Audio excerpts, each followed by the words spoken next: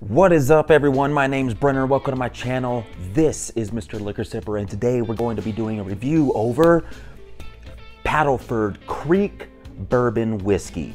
We're gonna find out if this is worth the talk of the town. I'm just kidding. Actually, it's not a talk of the town because I'd never heard of this supposed talk of the town that I just made up on my own. I'm creating rumors.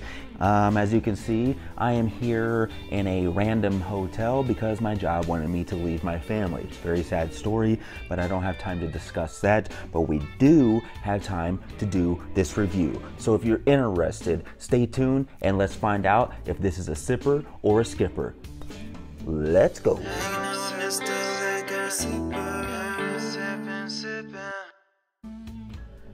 All right, so when it comes to Paddleford Creek, there is not a lot to say about it. It seems that their history is kind of abstract and wishy-washy, and no one really knows a lot about them. I can't say that here it says that it's barrel aged, it's mellow finished. It looks like it is an 83 proof, as it is indicated in the very tiniest of tiny fonts that's right here. Bottle just looks like a typical normal whiskey bottle, so this thing could be relatively easy to walk past, not knowing a thing about it. I had never heard of Paddleford Creek. It was suggested to me by a weirdo inside. I'm just kidding. By a random person. We just got into random conversation. As you guys and gals may already know, you know, when you go into a whiskey place, whenever you go into a liquor store and you're in the whiskey aisle, if they have a love for whiskey and bourbon, you know, some type of conversation is going to be struck, and different suggestions will be thrown out there, and Paddleford was one of them. That being said, coming in at an 83 proof, personally not expecting much. All right, so on to some of the history that I could find. In 1912, Ed Phillips and his son started a candy and newspaper stand in Wisconsin. It grew in popularity and eventually expanded to multiple locations throughout the state, and following the end of Prohibition in 1933, became the sole distributor of Hiram Walker's spirit, such as Canadian Club. These spirits had been popular amongst bootleggers, and by 1945, they were the largest distributor of wines and spirits in the United States. Now, over the years, Phillip Distilling Company, as it would later become named as, would produce and distribute a growing number of spirits under various brands, all from their Princeton, Minnesota headquarters. However, while they claimed to be a distilling company, there was no evidence that they do any of the distilling themselves. Instead, likely just simply bottling and labeling spirits trucked in from other distilleries. So we don't know anything about the mash bill for this. Obviously, we know that there's corn in it. We don't know how long this has sat in barrels. It's just kind of a big unknown, a huge question mark. And matter of fact, I'm just tired of explaining anything about this at all. And since I'm in a hotel, I can't get too crazy and loud as I normally would. So we're just gonna go ahead and just cut straight to the chase here. And that was nice and easy. So if you guys are looking for an easy bottle to take its clothes off, this is the one, because that was awesome. I like that. You know me, guys, I always fuck up the, ooh, that sounds good. I always fuck up opening these things. And right off, man, this thing has an aroma. It smells like grandma took a shit in the bathroom freshly. Here we go. So we're just gonna pour a little bit here. Alrighty. Hopefully that doesn't fall over. It's literally sitting on some type of cushion here. Paddleford. So this is so weird doing this because I have nowhere to set this so you guys can see what I'm doing, but that's okay. Alright, so a little bit of the swashing, a little bit of the swooshing, a little bit of the spinning. You know, you can put clothes in this thing and wash them like this. Would you like to put it in tumble dry? Alright, everyone's favorite part of the channel. It's nosing for newbies! Alright, let's get to it. I'm excited. Oh yeah, this smells like a freshly fucked hotel room. And then they try to like cover it up with some Febreze. Ain't happening, queef chief. It smells like a cheap petting zoo. It also smells like a terrible night's sleep and then a oddly weird wet dream following the strange situation of waking up with your cat in your lap and now you have to wash him. strangely odd. It also smells like that old, crusty, molded air that's blowing out of a window air conditioning unit. You know what I'm talking about? Never been cleaned. It's just a bunch of black mold all over, green black mold. This also smells like Knob Creek's throwing out barrels out way far away. All right, so as I was doing Nosing for Newbies, I was trying to put these smells together because it does smell like there might be a little bit of prune, like a prunish type smell, almost like maybe a little bit of tobacco type smell, but then you get vanilla and brown sugar in on this.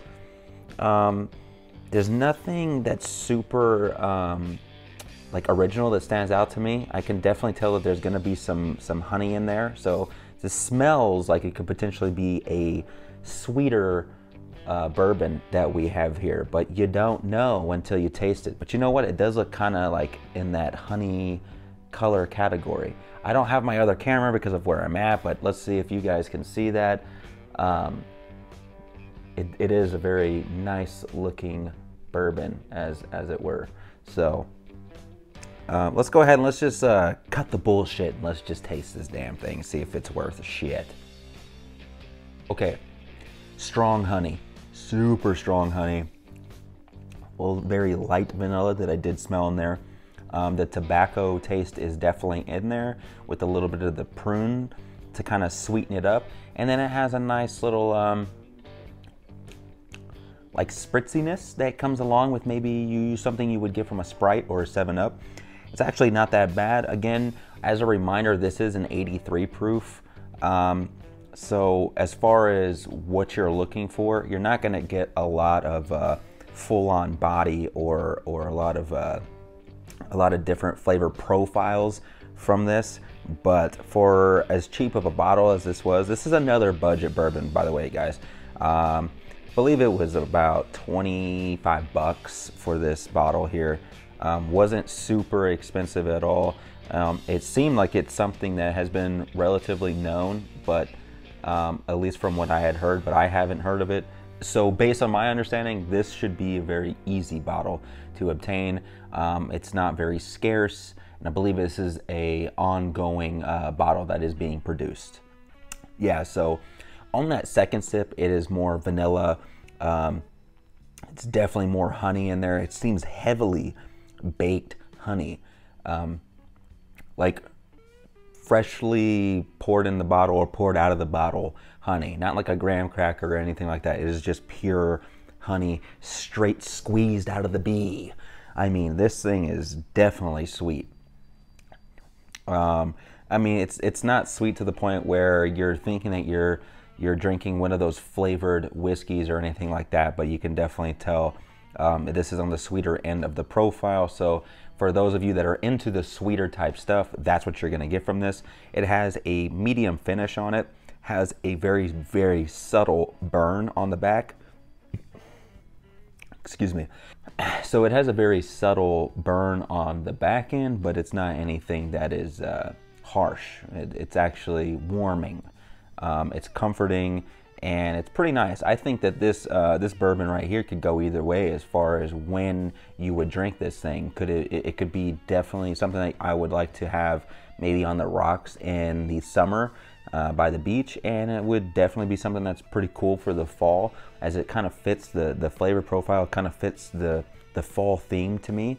I don't know, it's just something with the honey to me, and the I guess the warmth feeling that I get from it. It's just a cool, nice vibe that, like I said, it could go either way. So to offset some of those sweeter notes that you're getting, it definitely still does have the spice that's in it, but it's a very, very well balanced bottle. This kind of reminds me of a little bit of like an Elijah Craig that you would get. The Elijah Craig obviously is a little bit more money, but I feel like that one may be a little bit better, more refined flavor for bourbon, whereas this one is just very sweet.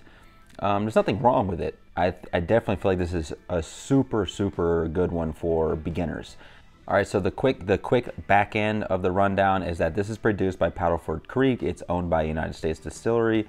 Product location is in Minnesota, which is weird. I don't think I've ever tasted anything that has actually come out of Minnesota. There's a gnat in here.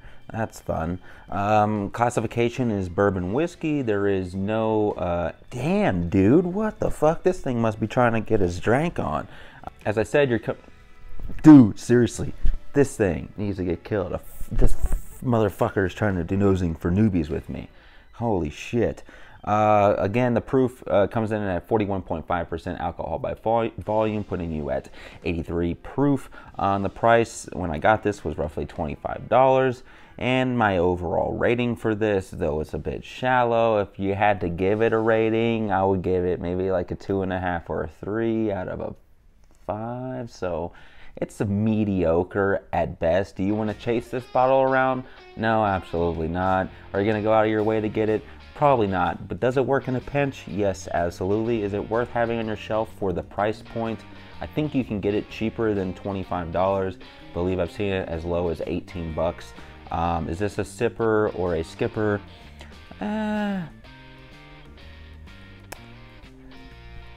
It's a sippy. I don't know. I would still have it. I'd still have it. If for the people that come over and they're not 100% sure if they like whiskey or bourbon, I definitely would point them in a direction of something that's higher end because of my palate now. I'd be like, oh, you gotta try this, but you gotta remember that the folks out there that haven't really been drinking or tasting or testing, Jesus Christ. Okay. They haven't been tasting or testing or trying new stuff as far as whiskey is concerned, so they don't really know what they're tasting. So if you're going to send them in any direction and someone comes over to your house and you're saying, hey, you know what, we have some whiskey, would you like to try some whiskey? I'd pour them a little bit of this. Other than that, guys, I'm sorry for the weird situation here. It's definitely weird for me because I feel like there's neighbors that are all listening to me right now. So anyways, Jesus fucking Christ. Anyway, appreciate you guys hanging out with me today and sipping on some information. If you're interested in anything such as whiskey news or whiskey reviews, leave it in the comments. Don't forget to like, subscribe, so we can multiply and divide. Tell your friends, tell your homies, tell everyone in between about Mr. Liquor Sipper. And again, hit that thumbs up button so we can appease the algorithm, so we can tell everyone about Mr. Liquor Sipper. We are the fastest growing whiskey YouTube channel in the world. All thanks to you guys. All right, guys, thanks for everything. And don't forget, cheers and keep on sipping.